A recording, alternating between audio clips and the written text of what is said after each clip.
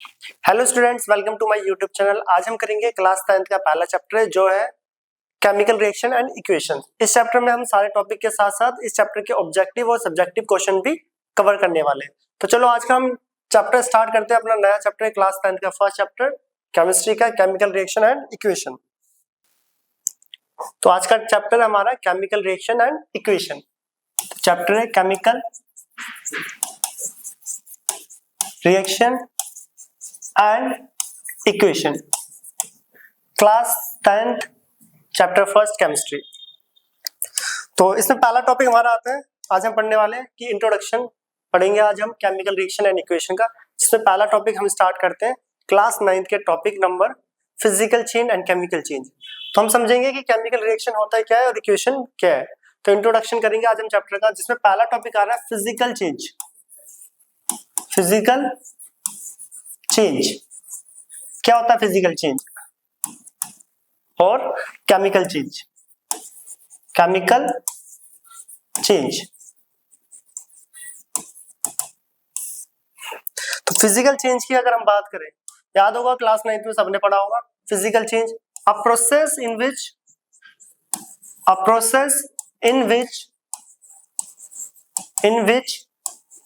No new substance is formed is called physical change. क्या होता है? फिजिकल चेंज जिस प्रोसेस में कोई भी न्यू सब्सटेंस फॉर्म्ड ना हो, उसे हम बोलते हैं फिजिकल चेंज। यहाँ पे लिखा भी हुआ है in which no new substance is formed. For example, अगर हम एग्जाम्पल की बात करें, कटिंग ऑफ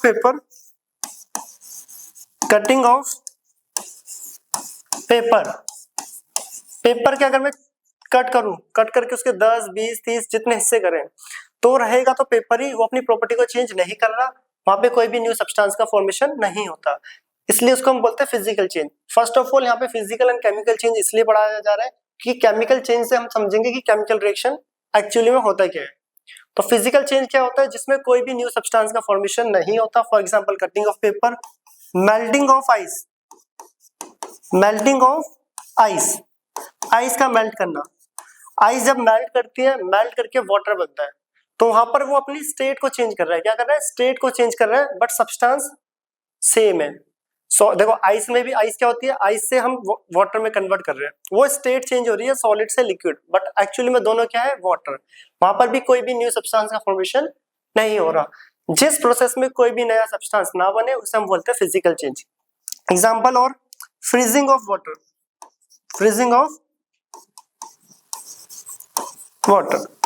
का फ्रीज होना, लिक्विड से सॉलिड कन्वर्ट होना। यहाँ पर स्टेट में चेंजिंग आ रहा है। क्या हो रहा है? स्टेट में चेंजिंग आ रहा है, बट कोई भी न्यू सब्सटेंस का फॉर्मेशन नहीं हो रहा। ऐसे प्रोसेस जिसमें कोई भी न्यू सब्सटेंस फॉर्म्ड ना हो उसे हम बोलते हैं फिजिकल चेंज और physical process.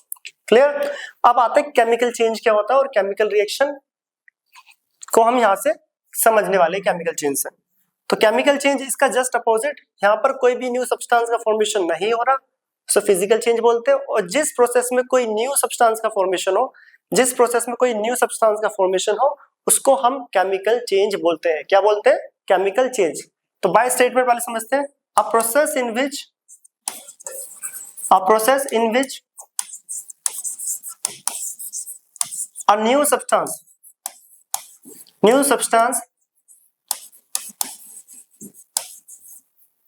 is formed. A process in which new substance is formed is called chemical change.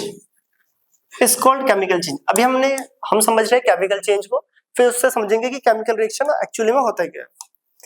तो जिस प्रोसेस में कोई भी न्यू सब्सटेंस फॉर्म्ड हो, उसे हम केमिकल चेंज बोलते हैं। क्या बोलते हैं? Chemical change. और chemical change for example rusting of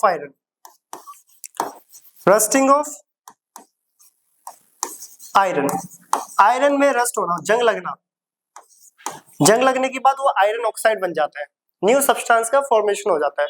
लोहे में जब जंग लगता है, जंग जो लगा होता है रेडिश ब्राउन कलर का, ब्राउन ब्राउन रेडिश ब्राउन, ठीक है, तो वो क्या होता है, वो कोरोजन ऑफ आयरन बोल सकते हो, कोरोजन या फिर रस्टिंग ऑफ आयरन। जो वो रस्ट होता है वो आयरन नहीं, आयरन का ऑक्साइड होता है, जिसको हम इसी चैप्टर में आगे रिएक्शन के थ्रू समझेंगे भी, एग्जैक्ट फॉर्मूला उसका क्या है और क्या उसकी रिएक्शन है। तो लोहे में जंग लगना एक न्यू सब्सटेंस का फॉर्मेशन कर रहा है, इसलिए उसे हम केमिकल चेंज बोलते हैं। बर्निंग ऑफ पेपर, अगर आप किसी कागज को जलाओगे, पेपर को, तो बर्न करने के बाद वहां पर भी न्यू सब्सटेंस का फॉर्मेशन होता है। अगर वहां पर न्यू सब्सटेंस का फॉर्मेशन हो रहा है तो वो क्या होगा, केमिकल चेंज। क्या होगा, केमिकल चेंज। ठीक है, केमिकल चेंज और फिजिकल चेंज क्लियर हो गया। फिजिकल होता है जहां पे कोई भी न्यू सब्सटेंस का फॉर्मेशन ना हो, और केमिकल चेंज होता है जहां पे न्यू सब्सटेंस का फॉर्मेशन होता है। तो अब हम समझते हैं केमिकल रिएक्शन होता है क्या। इसी स्टेटमेंट को कंटिन्यू करते हैं। The process involving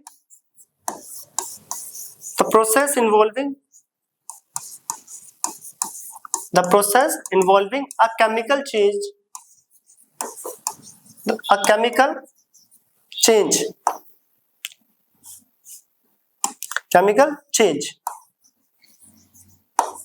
is called chemical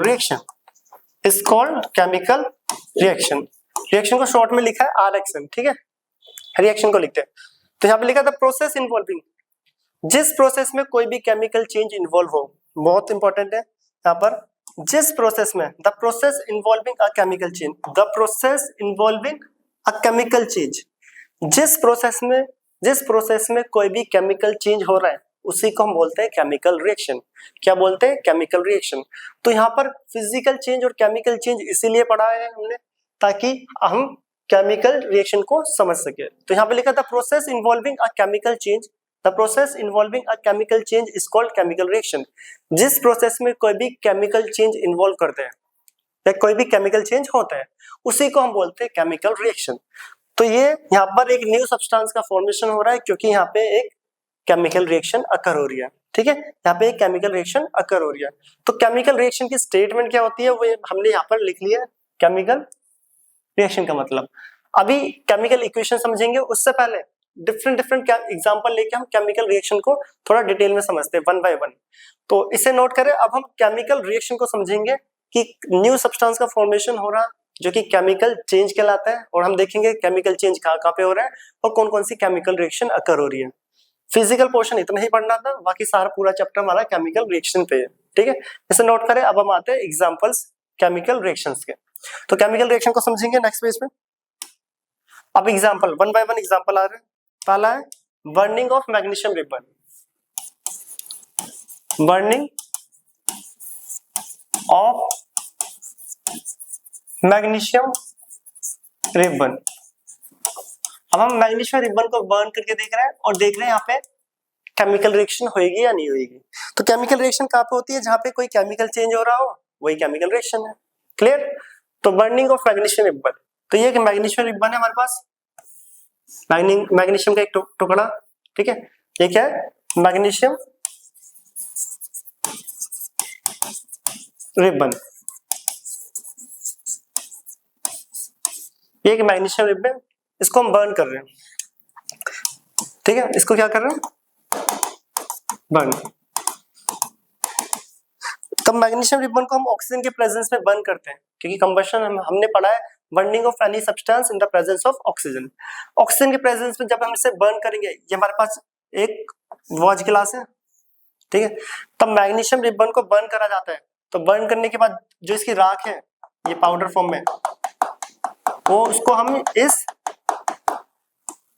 watch गिलास में इकट्ठा कर लेते हैं, ठीक है, जो कि व्हाइट कलर का दिख रहा है।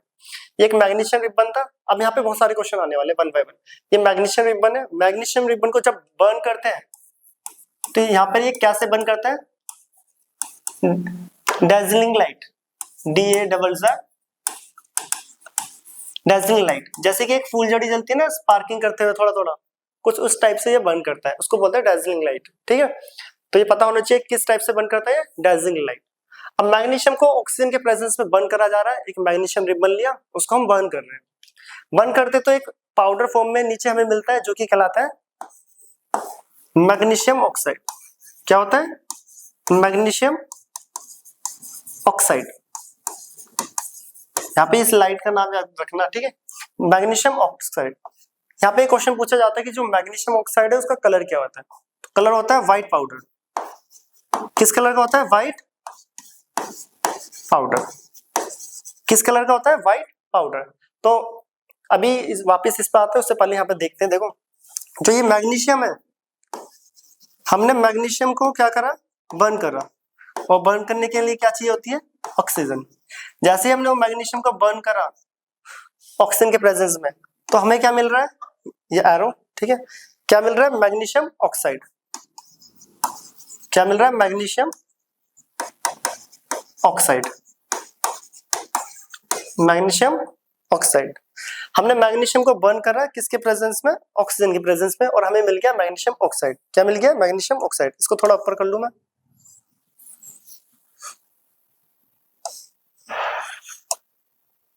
ठीक है, क्या मिला है? Magnesium oxide. तो देख लो, हमने इनिशियली क्या लिया था? इनिशियली हमने लिया था यहाँ पे मैग्नीशियम का एक रिबन, बट हमें प्रोडक्ट में फाइनल क्या मिल रहा है? Magnesium oxide. अभी यहाँ पे सिर्फ केमिकल चेंज को समझते हैं और केमिकल रिएक्शन। तो बताओ यहाँ पे एक न्यू सब्सटेंस का फॉर्मेशन हो रहा है। हाँ, हमने मैग्नीशियम लिया था इनिशियली और हमें मिल रहा है मैग्नीशियम ऑक्साइड, जो कि किस कलर का है? व्हाइट कलर का। तो यहाँ पर एक न्यू सब्सटेंस का फॉर्मेशन हो रहा है। क्या हो रहा है यहाँ पर? एक न्यू सब्सटेंस का फॉर्मेशन हो रहा है, और जहाँ पे न्यू सब्सटेंस का फॉर्मेशन हो वो एक केमिकल रिएक्शन कहलाती है। तो ये एक केमिकल रिएक्शन है। केमिकल रिएक्शन क्या है? एक केमिकल रिएक्शन। अगर हम पीछे देखें, यहाँ पे लिखा भी हुआ था the process involving a chemical change. जहां पे भी नया सब्सटेंस बनेगा और उस पूरे प्रोसेस इन्वॉल्विंग में हम क्या बोलते हैं? उसे केमिकल रिएक्शन। क्या बोलते हैं? Chemical reaction. तो यहाँ पर आ जाओ वापिस, मैग्नीशियम ऑक्सीजन के साथ रिएक्ट करके हमें क्या दे रहा है? Magnesium oxide. अब ये प्लस का क्या मतलब होता है? इस एरो का क्या मतलब है? इसको हम यहाँ पर समझते हैं, फिर वापस इस वाले टॉपिक पे आएंगे। यहीं पे देख लेते हैं। अब किसी भी रिएक्शन को कैसे लिखा जाता है? सपोज करो example A plus B gives to C and D। जो ये एरो से लेफ्ट वाले पोर्शन होते हैं उसको हम बोलते हैं रिएक्टेंट्स। क्या बोला जाता है? इनको बोला जाता है रिएक्टेंट्स, ठीक है। इन सबको क्या बोला जाता है? जो एरो से पहले होते हैं reactants. A react with B या फिर A प्लस बी, और राइट वालों को बोला जाता है प्रोडक्ट। प्रोडक्ट्स क्या बोला जाता है? Products. A react with V gives to C and D। इस एरो को गिव्स टू बोल लो या टू फॉर्म या टू प्रोड्यूस्ड, ठीक है। इसको क्या बोल सकते हैं? Gives to, to form, to produce. For example A react with B gives to C and D। आप ऐसे रिएक्शन को पढ़ सकते हो, या फिर A react with B to form C and D, ठीक है, या फिर A react with B to produce C and D। आप इस टाइप से रिएक्शन को रीड कर सकते हो। यहाँ पे ये नहीं बोलना कि A plus B arrow C and D, arrow word use नहीं करना। गिव्स टू, टू फॉर्म और टू प्रोड्यूस्ड, ये यूज कर सकते हो। तो बताओ यहाँ पे रिएक्टेंट्स क्या है? रिएक्टेंट्स मैग्नीशियम एंड ऑक्सीजन, ये हमारे पास क्या है? रिएक्टेंट्स। क्या है? रिएक्टेंट्स, ठीक है, याद रखना ये रिएक्टेंट्स है। और मैग्नीशियम ऑक्साइड यहाँ पर क्या है? प्रोडक्ट्स, जो कि किस कलर का है? याद रखना, ये CBSE में पूछा जाता है एग्जाम में भी कि ये मैग्नीशियम ऑक्साइड किस कलर का होता है, इसका नेचर क्या है। नेचर अभी हम पढ़ेंगे, अभी कलर देख लो। व्हाइट कलर का होता है। किस कलर का होता है? व्हाइट कलर का। तो किसी भी रिएक्शन को ऐसे रीड करते हैं, magnesium react with oxygen to form magnesium oxide, या फिर magnesium react with oxygen gives to magnesium oxide. To form या गिव्स टू यूज करेंगे इस एरो के लिए ऑलवेज, ओके। इसे नोट करके लिख भी लेना कहीं आप कि टू फॉर्म गिव्स टू या टू प्रोड्यूस्ड। अब आते हैं वापस इसी पर। हमने मैग्नीशियम रिबन लिया और उसको बर्न करा, डार्जिलिंग लाइट प्रोड्यूस कर रहा था वो, और व्हाइट कलर का पाउडर, ठीक है, व्हाइट कलर का पाउडर जो कि था मैग्नीशियम ऑक्साइड। न्यू सब्सटेंस बन रहा है, इसलिए यहाँ पे केमिकल रिएक्शन अकर हो रही है। यस और नो? अब यहाँ पे एक और नोट देख लो, बहुत इंपॉर्टेंट। अब मैग्नीशियम रिबन को बर्न करने से पहले यहाँ पे लिख लेते हैं नोट करके। मैग्नीशियम रिबन, ये फॉर एग्जांपल ये एक मैग्नीशियम रिबन है, मैग्नीशियम का एक पीस। इसको बर्न करने से पहले इसको सैंड पेपर से रब करा जाता है। अब ये सैंड पेपर क्या होता है?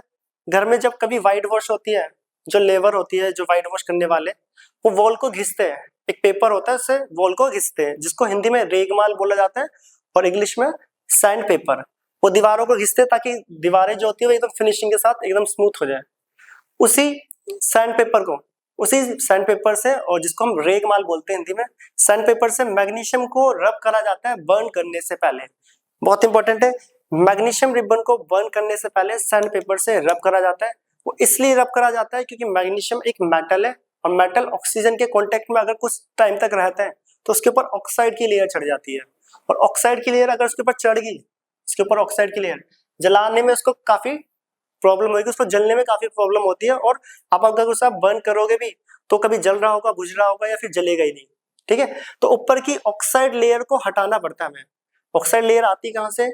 मेटल एयर के कांटेक्ट में अगर आ जाए तो उसके ऊपर ऑक्साइड की लेयर ऑटोमेटिक आ जाती है, जिसको हम रस्टिंग कोरोजन वाले टॉपिक में पढ़ेंगे भी, इसी चैप्टर के लास्ट टॉपिक में।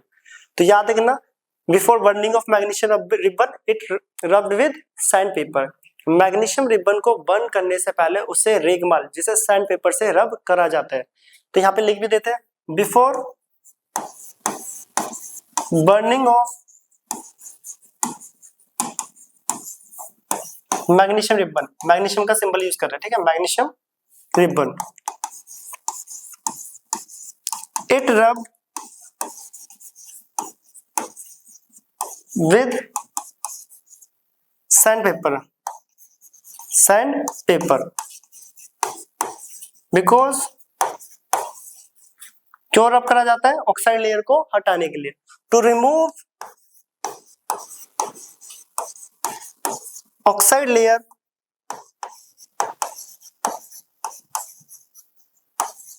Of magnesium. मैग्नीशियम के ऊपर जो ऑक्साइड लेयर होती है उसको हटाने के लिए। तो ये मैंने यहाँ पे राइट में लिख भी दिया है, before burning of magnesium ribbon it rubbed with sand paper. Magnesium ribbon को बर्न करने से पहले सैंड पेपर से रब करा जाता है, because to remove oxide layer of magnesium, इसके ऊपर जो ऑक्साइड की लेयर है उसको रिमूव करने के लिए। तो मैग्नीशियम रिबन बर्न करने से पहले उसको हम क्या करेंगे? सैंड पेपर से रब करेंगे, और तब बर्न करते हैं तो हमें ये जो व्हाइट कलर की जो उसकी राख मिलती है, ठीक है, इसको मैग्नीशियम ऑक्साइड बोलते हैं। यहाँ पे एक न्यू सब्सटेंस का फॉर्मेशन हो रहा है, इसलिए हम इसे क्या बोल रहे हैं? Chemical reaction. जहाँ पे भी न्यू सब्सटेंस का फॉर्मेशन होता है उसको हम एक केमिकल रिएक्शन बोलते हैं। अभी चैप्टर का जो पहला वर्ड था केमिकल रिएक्शन, इसका मतलब हमने समझा है। अभी केमिकल इक्वेशन पे आएंगे। तो ये है केमिकल रिएक्शन। इस एग्जाम्पल में हमने क्या सीखा है कि केमिकल रिएक्शन एक्चुअली में होता है क्या है। ओके, क्या सीखा हमने यहाँ पे कि एक्चुअली में केमिकल रिएक्शन होता है क्या है। तो यहाँ पे एक केमिकल रिएक्शन है, मैग्नीशियम ऑक्सीजन के साथ रिएक्ट करके मैग्नीशियम ऑक्साइड जो कि व्हाइट कलर का होता है फॉर्म कर रहे हैं। और किसी भी रिएक्शन को कैसे रीड करते हैं? A react with B to form C and D, या फिर टू प्रोड्यूस या गिव्स टू। लेफ्ट वाले को रिएक्टेंट्स बोलते हैं एंड राइट वालों को प्रोडक्ट्स। अब इसी को आगे देखते हैं कि अब केमिकल इक्वेशन क्या होता है, फिर और भी एग्जांपल लेंगे अभी, ठीक है। जैसे हमने मैग्नीशियम का लिया, अभी डिफरेंट डिफरेंट एग्जांपल के थ्रू समझेंगे केमिकल रिएक्शन होता है क्या है। तो अभी केमिकल रिएक्शन समझने से पहले अब हम देख लेते हैं कि केमिकल इक्वेशन किसे बोलते हैं। रिएक्शन तो हमने समझ लिया, अब आता है केमिकल इक्वेशन किसे बोलते हैं। कहा गया, अच्छा ये रहा केमिकल इक्वेशन। अब देखो ये जो मैंने एक रिएक्शन लिखी है, यहाँ पे हमने इनका नाम यूज करा है, जैसे मैग्नीशियम का फुल नाम, और यहाँ पे भी ऑक्सीजन का पूरा नाम यूज करा है, और मैग्नीशियम ऑक्साइड का। सपोज करो किसी रिएक्शन में बहुत सारे रिएक्टेंट्स है और बहुत सारे प्रोडक्ट, तो वहां पर क्या होगा, सबके नाम लिखने में टाइम वेस्ट जाता है और कॉपी में जगह भी जाती है, और हमें पता है हर चीज को शॉर्ट में करो। इसलिए अगर मैं इसको शॉर्ट में लिखना चाहूँ तो मैग्नीशियम की जगह उसका सिंबल यूज कर सकता हूँ Mg, ऑक्सीजन की जगह पे उसके सिंबल्स यूज कर सकते हैं, और मैग्नीशियम ऑक्साइड की जगह पे उसका केमिकल फॉर्मूला। तो सिंपली बोला जाए, किसी भी केमिकल रिएक्शन को उसके सिंबल और फॉर्मूले में रिप्रेजेंट करना। सही से याद रखना, सुन लेना, किसी भी केमिकल रिएक्शन को उसके सिंबल और फॉर्मूले में रिप्रेजेंट करना केमिकल इक्वेशन कहलाता है। तो केमिकल रिएक्शन और केमिकल इक्वेशन एक ही है। केमिकल रिएक्शन होता है, आप फुल नेम यूज कर रहे हो किसी भी केमिकल फॉर्मूला और एलिमेंट्स का, ठीक है, और केमिकल इक्वेशन होती है जब उसके सिंबल्स और फॉर्मूला यूज करते हो तो वो केमिकल इक्वेशन कहलाती है। अगर मैं इसकी केमिकल इक्वेशन लिखना चाहूँ तो लिखते हैं हम नेक्स्ट पेज पे, और फिर पहले डेफिनेशन देखते हैं, फिर केमिकल इक्वेशन लिखते हैं। तो डेफिनेशन क्या हुई? डेफिनेशन इसलिए ताकि सारे नोट्स हम प्रॉपर करते रहे, किसी साइड वाइज बुक की जरूरत ना पड़े। तो chemical equation, if chemical reaction represented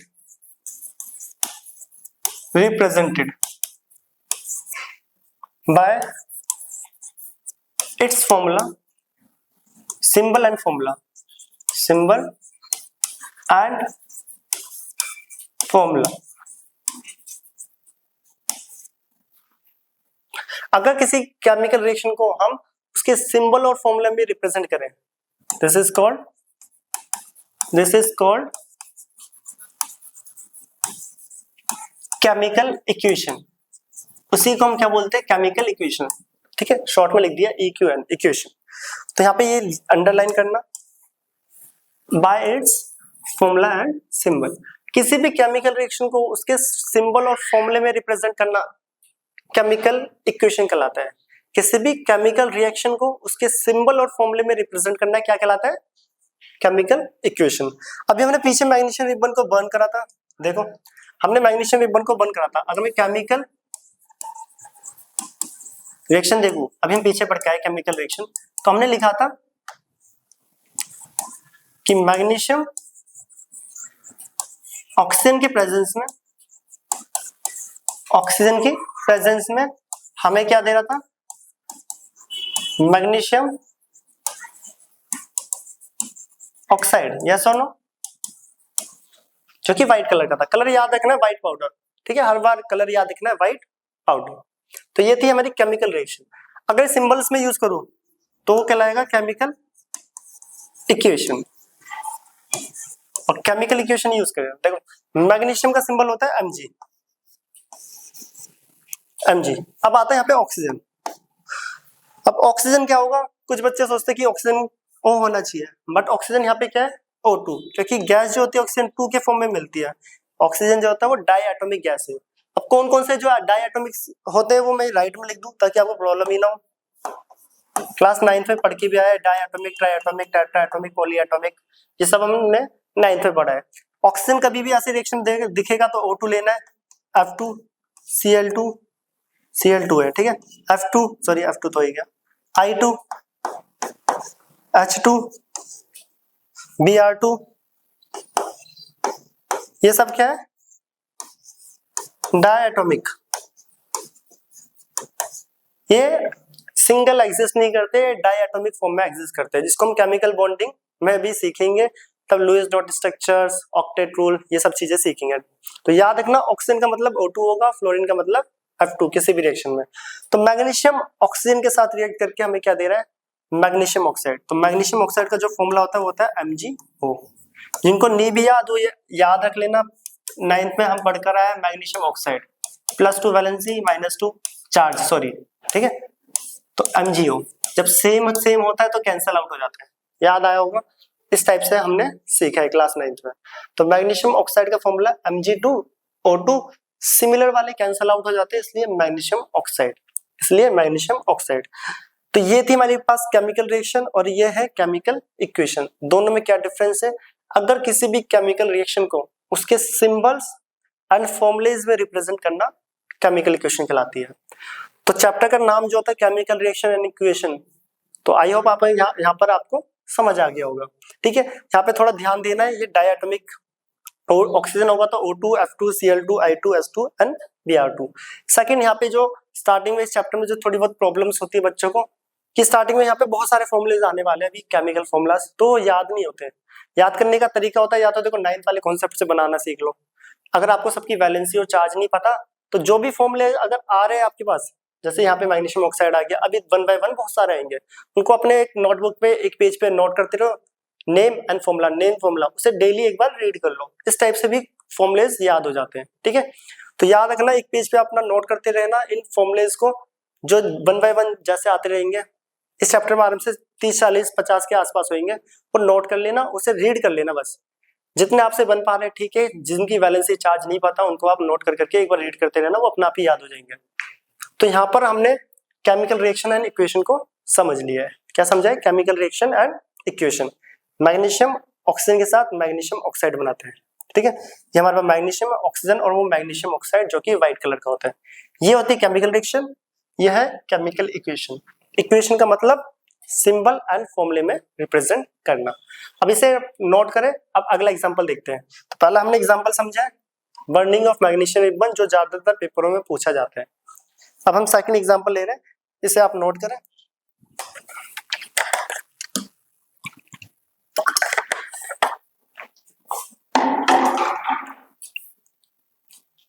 तो आते हैं हम अगले टॉपिक पे। Second example,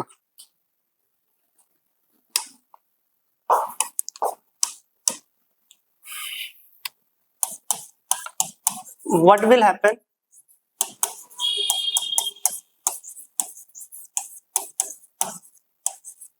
if lead nitrate react with potassium iodide?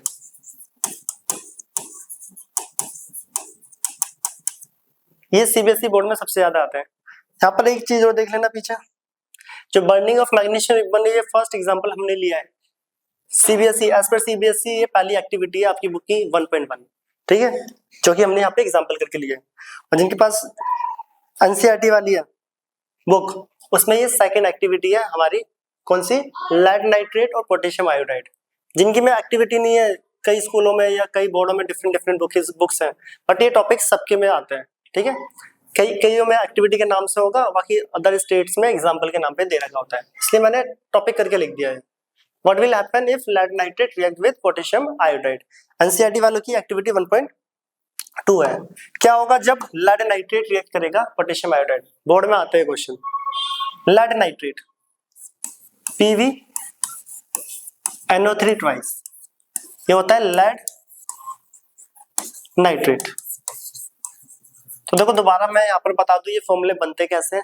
Lead जो कि पीवी होता है, नाइट्रेट क्लास 9 में पढ़ के आए थे, -1 + 2। अब देखो लेड वहां पे था नहीं, नाइट्रेट था, एक बॉक्स में बना हुआ था 9th की एनसीईआरटी में।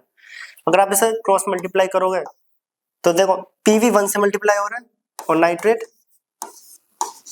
ठीक है। यहाँ पे चार्ज भी ले सकते हो, वैलेंसी, ठीक है, वैलेंसी ले लो या लो 2 1 अगर आपको वैलेंसी लेनी है तो, वरना आधे सोचेंगे माइनस प्लस कहाँ जा रहे हैं।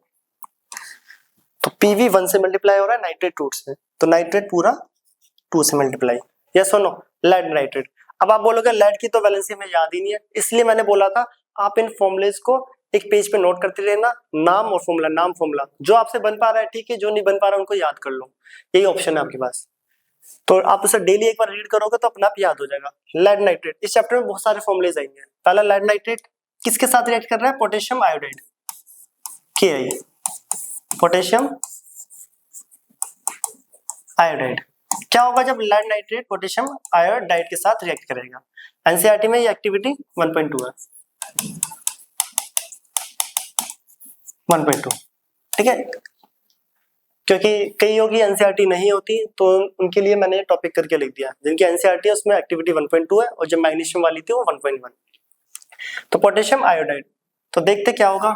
अब यहाँ पे क्या ऑब्जर्व करते हैं कि जो लेड है वो आयोडीन के साथ रिएक्ट करके क्या बनाता है? Lead iodide.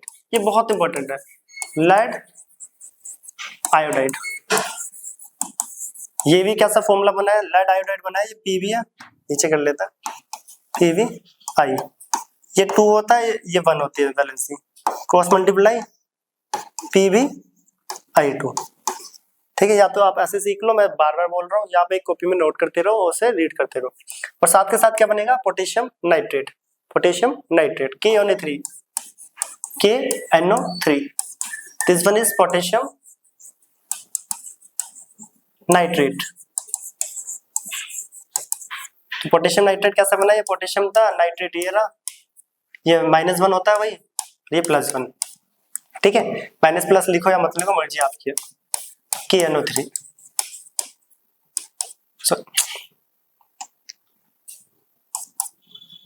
तो आप चाहो तो फॉर्मूला बनाना सीख लो या फिर डायरेक्ट, मैंने चारों लिख दिया, PVI2 नाइट्रेट KI को भी देख लो, पोटेशियम आयोडाइड, ये रहा +1 -1 KI, ठीक है। आप वैलेंसी डाल के भी निकाल सकते हो, चार्ज से भी।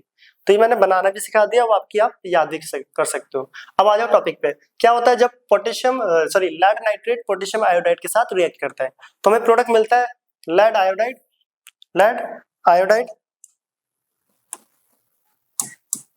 क्या बनेगा, लेड आयोडाइड, और पोटेशियम इसके नाइट्रेट को ले जाएगा। लेड आयोडाइड PbI2 क्यों बन रहा है, हमें दिख रहा है यहाँ पे फॉर्मूला, ठीक है, और KNO3 वो रहा। अब यहाँ पे ये इंपॉर्टेंट क्यों, एक तो ये रिएक्शन इंपॉर्टेंट है, सेकंड अब यहाँ पे जो लेड आयोडाइड है ये इसका कलर क्या है ये पूछा जाता है एग्जाम में। तब हम क्वेश्चंस करेंगे ना, तब आपको दिखेंगे कि कौन कौन सा टॉपिक ज्यादा इंपॉर्टेंट है। क्वेश्चन सीरीज भी आएगी इसकी, 2-3 लेवल टाइप क्वेश्चन होंगे, ऑब्जेक्टिव सब्जेक्टिव, वहां पे हम करेंगे। तो ये है लेड आयोडाइड जो कि किस कलर का होता है, yellow PPT, most important, yellow PPT, yellow PPT। PPT का मतलब प्रेसिपिटेट,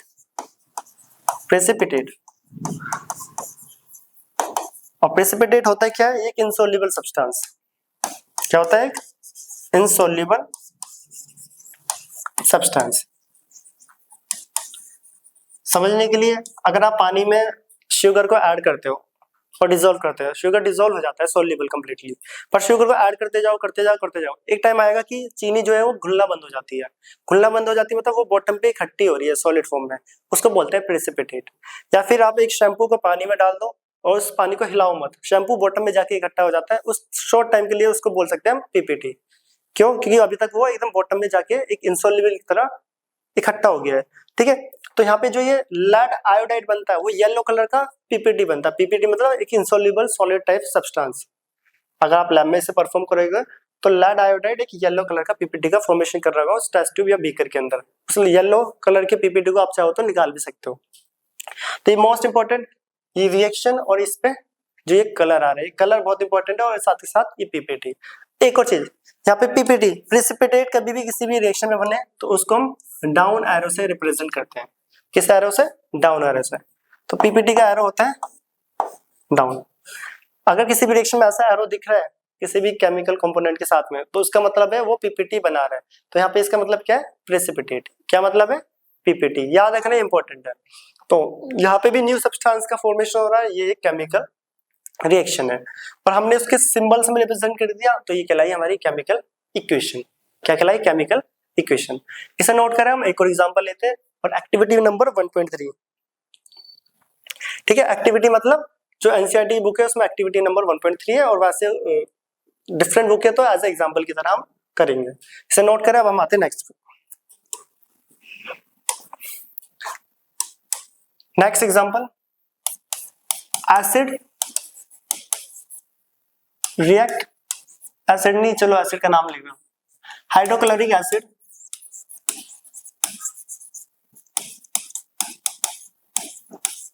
रिएक्ट विद जिंक।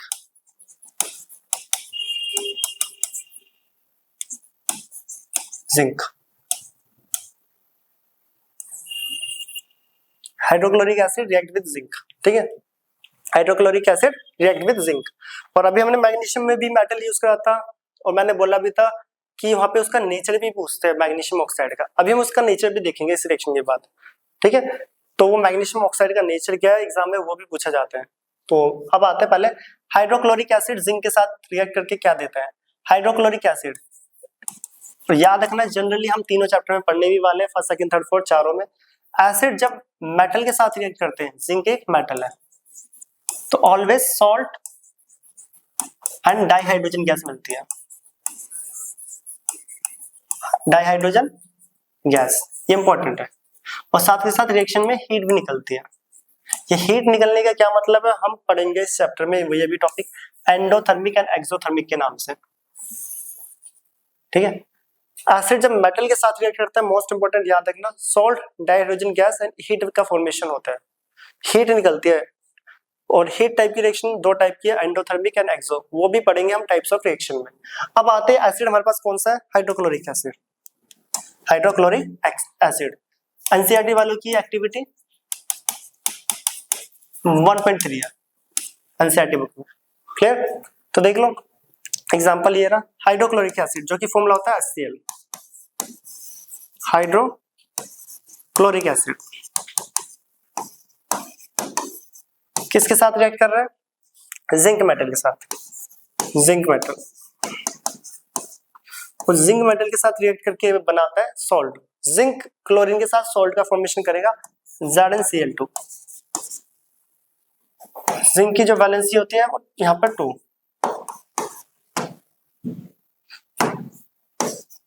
ये 1, तो ये बना ZnCl2। या तो आप ऐसे याद कर लो या फिर डायरेक्ट याद कर सकते हैं, ठीक है।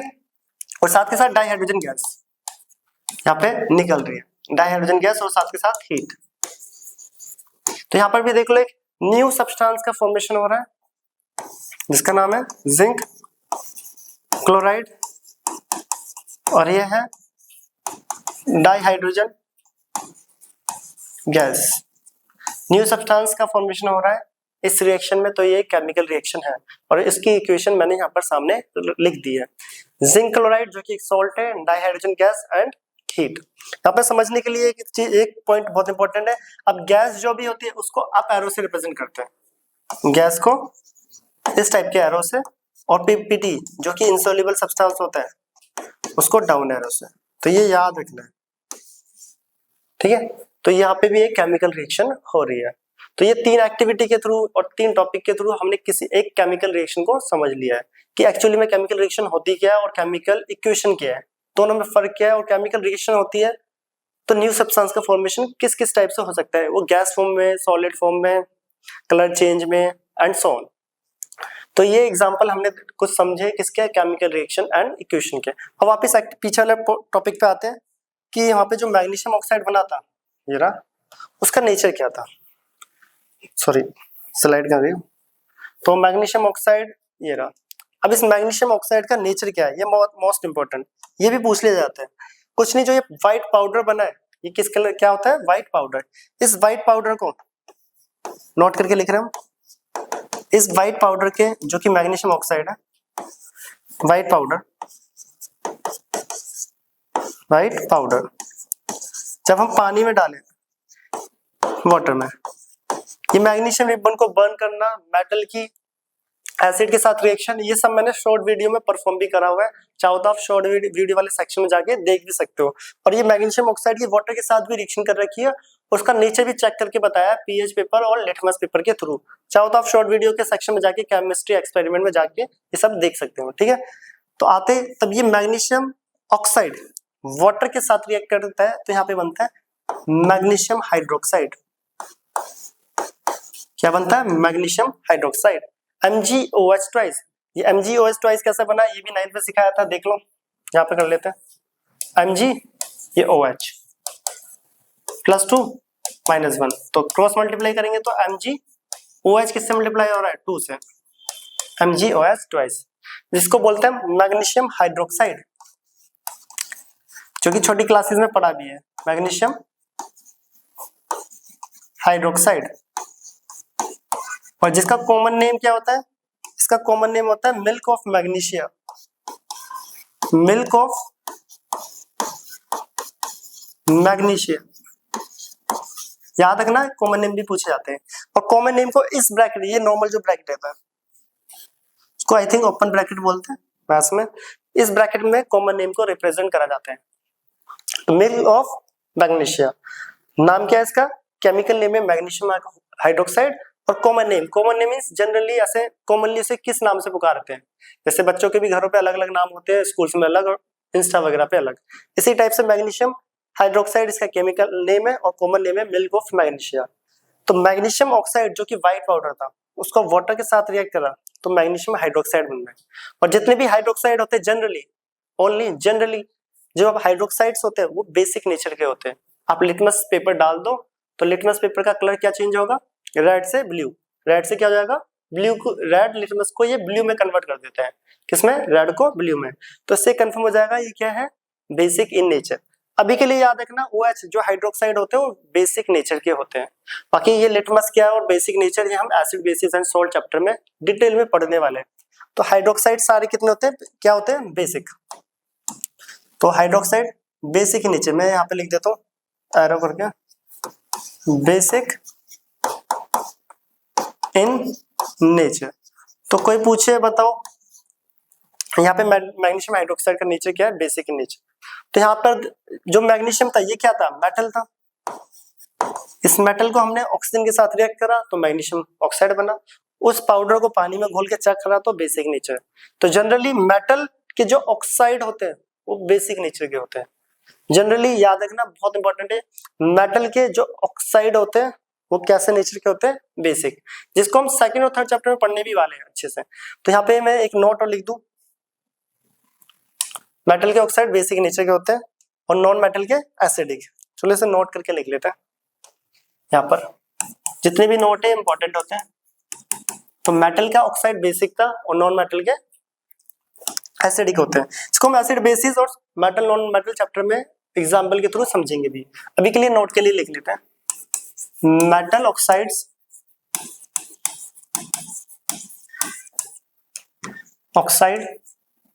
Oxides are basic in nature और non metal oxides, non metal oxides are acidic in nature. तो अभी के लिए अपने नोट में से नोट कर लेना और हमने एक्टिविटी के थ्रू भी समझा है कि मेटल के ऑक्साइड बेसिक होते हैं और नॉन मेटल के एसिडिक, जिसको हम एसिड बेसिस सॉल्ट्स वाले चैप्टर में पढ़ेंगे भी अच्छे से डिटेल में और मेटल नॉन मेटल वाले चैप्टर में भी प्रॉपर्टीज में पढ़ने वाले हैं। तो अब इसके बाद आता है क्या, हमने 2-3 एग्जांपल समझे कि केमिकल रिएक्शन क्या होती है, केमिकल इक्वेशन है क्या और क्या क्या इसकी कैसे से रिप्रेजेंट करा जाता है। अब हम देखते हैं characteristics of a chemical equation. तो टॉपिक यहीं पे डाल देते हैं, कैरेक्टरिस्टिक्स ऑफ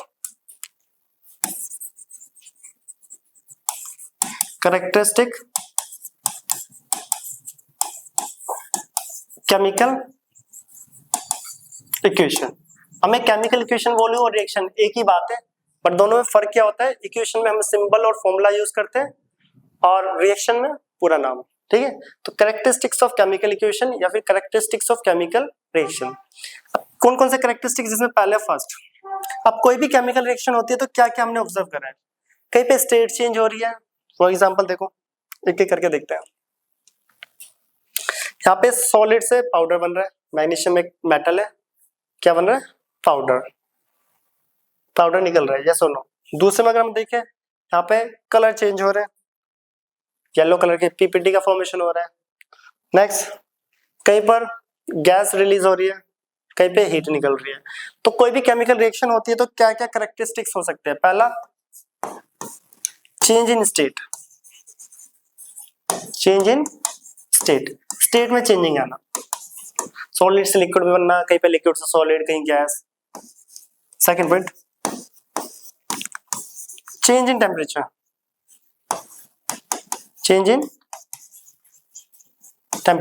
टेम्परेचर में चेंज होना, जैसे कि इस थर्ड वाली रिएक्शन में फॉर एग्जांपल हीट, इस रिएक्शन को जब परफॉर्म करोगे तो जो बीकर होता है वो गर्म हो जाता है, हीट अपना आप ही। नेक्स्ट, फॉर्मेशन ऑफ पीपीटी का फॉर्म होना, जैसे फॉर इसमें येलो कलर का पीपीटी बना था लेड आयोडाइड में। फोर्थ, चेंज इन कलर में चेंज आना, चेंज इन कलर में चेंज आना। Fifth, evolution of gas evolve होना, जैसे कि डाइहाइड्रोजन गैस अभी निकल रही थी थर्ड वाली एक्टिविटी में। इसी टाइप से कोई भी अगर केमिकल रिएक्शन होती है तो उसमें स्टेट में चेंजिंग आ सकता है, टेम्परेचर में चेंजिंग, पीपीटी का बनना, कलर चेंज होना, गैस निकलना एंड सो ऑन। तो ये सब चीजें होती है इसकी कैरेक्टरिस्टिक्स कि किसी भी केमिकल रिएक्शन में क्या क्या हमें ऑब्जर्व करने को मिलेगा या क्या क्या चीजें हमें दिखेगी। तो ये था हमारा आज का इंट्रोडक्शन, किसका चैप्टर का इंट्रो, कि केमिकल रिएक्शन और केमिकल इक्वेशन एक्चुअली में होता क्या है। हमने यहाँ पे डिफरेंट एग्जांपल्स लिख के केमिकल रिएक्शन एंड इक्वेशन को समझ लिया है। अब हम इन नेक्स्ट क्लास में देखेंगे कि क्या, अगर यहाँ पर देखे वन बाय वन, यहाँ पे मैंने देखो केमिकल इक्वेशन लिखी थी फर्स्ट, यहाँ मैग्नीशियम है और यहाँ पर ऑक्सीजन, जो कि बन रहा है मैग्नीशियम ऑक्साइड। अब यहाँ पर ऑक्सीजन एक है 1 है, ऑक्सीजन क्या है 1 1, यहाँ पे ऑक्सीजन कितने 2, तो ये एक्स्ट्रा ऑक्सीजन ये कहाँ से आ रहा है और यहाँ पे एक ऑक्सीजन कम क्यों है, इसका क्या मतलब होता है, इसको समझने के लिए हम नेक्स्ट टॉपिक समझेंगे जिसमें आएगा balance and unbalance chemical equation, कि ये रिएक्शन अनबैलेंस है, इसको बैलेंस कैसे करा जाए, यहाँ पे ऑक्सीजन 2 है और प्रोडक्ट में ऑक्सीजन कैसे कम हो जा रहे हैं। इस टॉपिक को हम नेक्स्ट क्लास में देखेंगे नेक्स्ट टॉपिक के साथ, जो कि होगा बैलेंस केमिकल इक्वेशन, बैलेंस और अनबैलेंस केमिकल इक्वेशन होता क्या है। और जिसको आयनिक इक्वेशन बैलेंस करनी है वो मैंने रिडॉक्स चैप्टर क्लास 11th के पूरा चैप्टर डाला हुआ है, वो आयनिक इक्वेशन को बैलेंस वहां से सीख सकते हैं। अभी हम क्लास 10th की बेसिक बैलेंसिंग सीखेंगे जो हमारे सिलेबस में है। तो आई होप ये आपको समझ आया होगा। अब हम मिलते हैं नेक्स्ट टॉपिक में, जो कि टॉपिक होगा हमारा balance and unbalance chemical equation, और बैलेंस केमिकल इक्वेशन की क्या लिमिटेशंस है और डिफरेंट डिफरेंट एग्जांपल्स को हम वहां पर करने वाले, कुछ एग्जांपल्स मेथड से करेंगे, कुछ शॉर्ट ट्रिक से, तो इसे नोट करें। अब हम मिलते हैं नेक्स्ट लेक्चर में नेक्स्ट वीडियो के साथ।